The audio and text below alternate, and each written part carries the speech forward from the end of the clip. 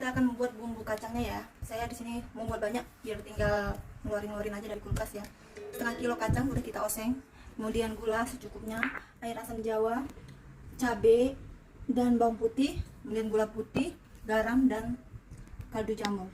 Semuanya kita blender dulu baru kita tumis. Nah, ini kita blender ya, bawang, cabai dan kacang.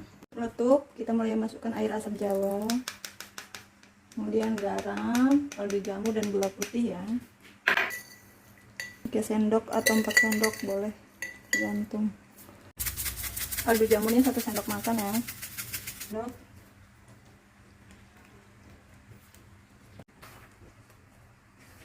Setelah mulai meletup dan keluar minyak, baru itu tandanya sudah matang. Nah, ini sudah meletup dan keluar minyak ya tuh. Berarti ini udah bisa kita perhatikan kompomnya udah matang ya. Tinggal kita simpan, kalau udah dingin taruh di kulkas.